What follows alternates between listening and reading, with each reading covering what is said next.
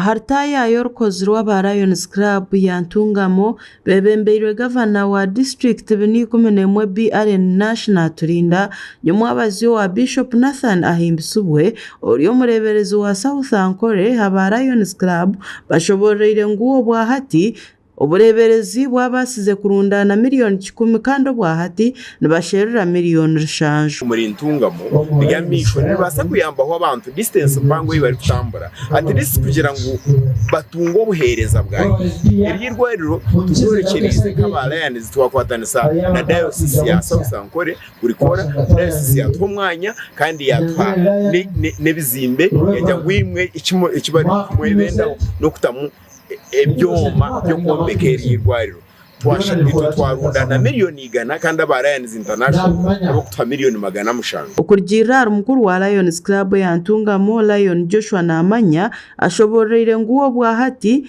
bakitegereza bushagikiyo bwo kitongore cyabo aharengo rwensiyona okugira ngo batandikeho Eirwariro Ry'Amaisho cyane ko mu international hada bero shanje bwo tyontorola bishemwe nezi mwana wenu dollars manyarukumi nizo mu kitarecho so mware abazithereza icyo kimanyisa ngo baye mu GFA bakakora umurimo gw'amani okutankahi umukitara nabwo icyo turya gavana witegereze mirusha ubwahato mu district ya Ntungamo tari mu Eirwariro Ry'Amaisho ekeri kugemesereza abarwire bagende ngendo ndengwa okutunga obujanjabi so tugira ngo ubuhereza bazo municipality n'abantu bija kuraguzamo abakugahare abakugagaye Ntungamo manyibintu yotasi ya Ntungamo nabo bija kuraguza nabo bagira ki bari tasi ya Ntungamo twaza amarwaro tukaza amaredio twazo mu mashomero twazo mu makanisa twazo mu makereze twarundane sentes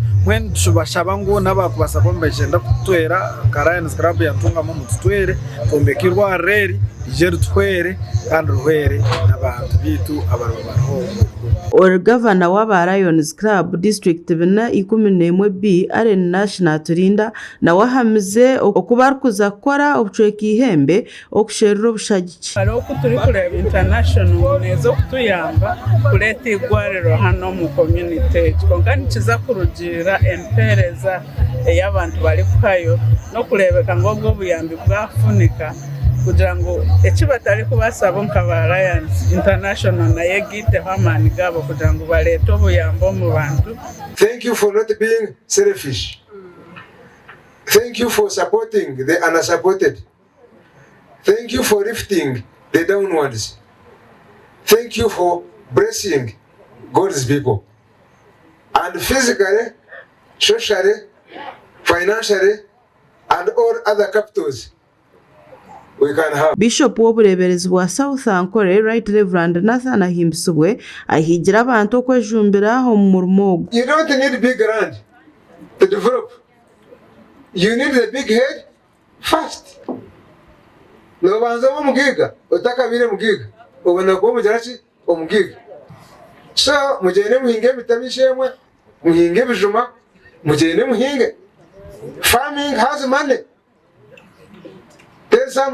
Farming has money. Ntungamo district negumiza munano kurabanitsumwamu abo butagira buhereza obwamagara obwekikugu cyo rurengo rwa higuru agagasha kwa Samuel ahumuza abwa Tayar West.